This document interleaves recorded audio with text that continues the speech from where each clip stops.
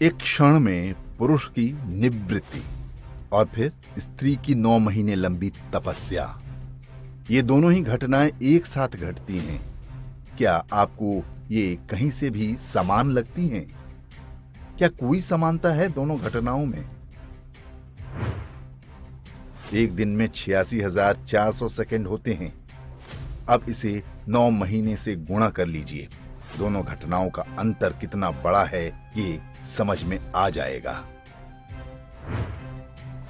तकनीकी रूप से एक पुरुष 9 महीने में सैकड़ों स्त्रियों को गर्भवती कर सकता है, पर एक स्त्री 9 महीने में केवल एक बार गर्भ धारण कर सकती है। सैकड़ों स्त्रियों को गर्भ धारण कराने के पश्चात भी क्या पुरुष के जीवन पर कोई संकट आता है? क्या उसे कोई कष्ट उठाना अथवा तपस्या करनी पड़ती है? जबकि स्त्री के लिए 9 महीने न केवल अपने प्राणों की रक्षा करनी होती है, बल्कि अपने अंदर पल रहे गर्भ की भी। अतः फिर वो कौन से लोग हैं जो कहते हैं कि स्त्री और पुरुष समान होते हैं? समानता की ऐसी बातें या तो आडंबर हैं या कोरी मूर्खता। भेड़िया या वुल्फ जंतु जगत में सबसे बदनाम है। बहुत बुरे मनुष्यों की तुलना अक्सर भेड़िए से की जाती है, लेकिन भेड़िया अपने जीवन में केवल एक साथी को चुनता है और उसके साथ संबंध को निभाता है। प्रकृति ने उन्हें ऐसा ही बनाया है, लेकिन इस विशेषता का लाभ क्या है? लाभ ये कि बच्चे पैदा होने के बाद उसकी देखभाल और सुरक्षा का उत्तरदायित्व मादा के साथ साथ नर का भी होता है। अर्थात भेड़िए के बच्चे अपने पिता और माता दोनों के साथ रहते हैं। अधिकांश जानवरों में नर का काम केवल गर्भ धारण कराना होता है। उसके बाद बच्चों के पालन पोषण का पूरा भार मादा पर आ जाता है।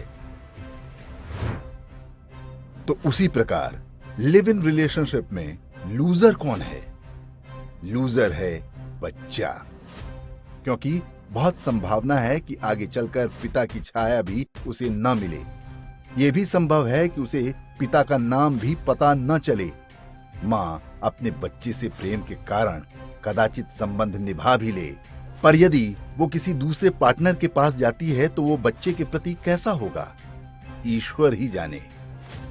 बच्चों के प्रति होने वाले जघन्यतम अपराधों में अक्सर ऐसे ही सौतेले पिताओं और माताओं की भूमिका होती है। ऐसे बच्चे अन्य सभी प्रकार के अपराधियों के आसान शिकार होते हैं।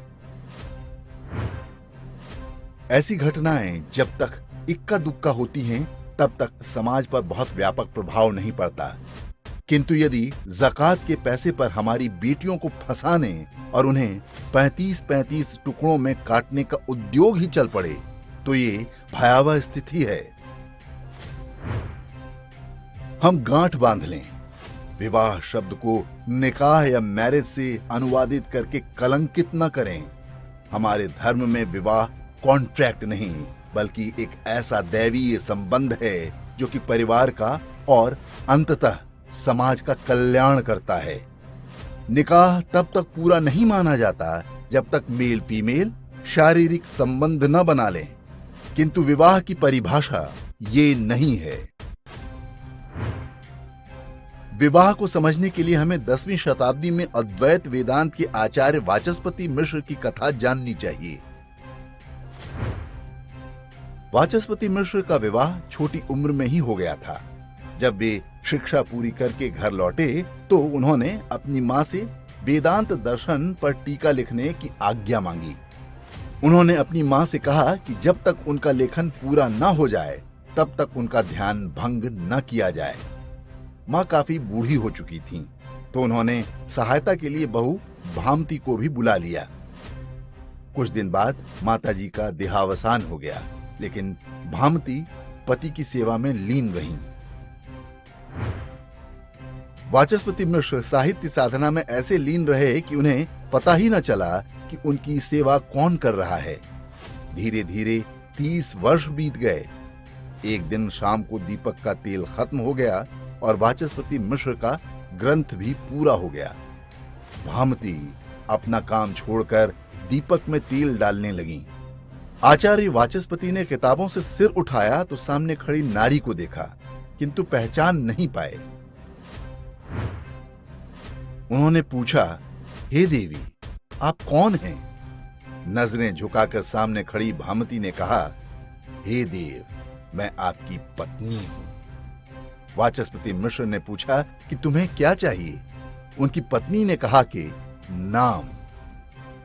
उनका आशय वंश से था, पर वाचस्पति मिश्र बोले, क्या नाम है तुम्हारा?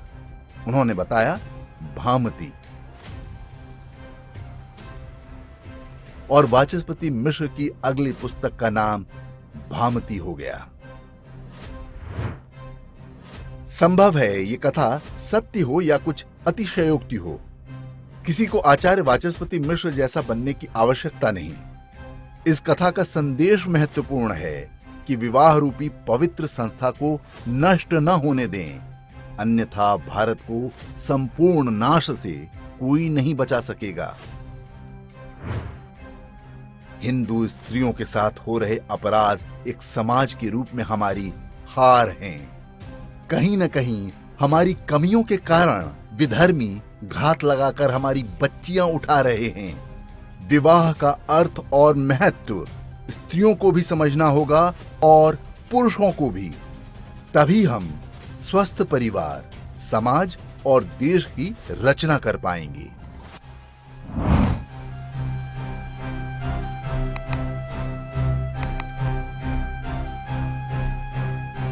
इंडेक्स ऑनलाइन के वीडियो समाज को समर्पित हैं।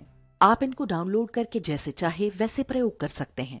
चाहे तो आप हमारे टेलीग्राम चैनल से जुड़ सकते हैं। वहां सारे नए पुराने वीडियो आपको मिल जाएंगे।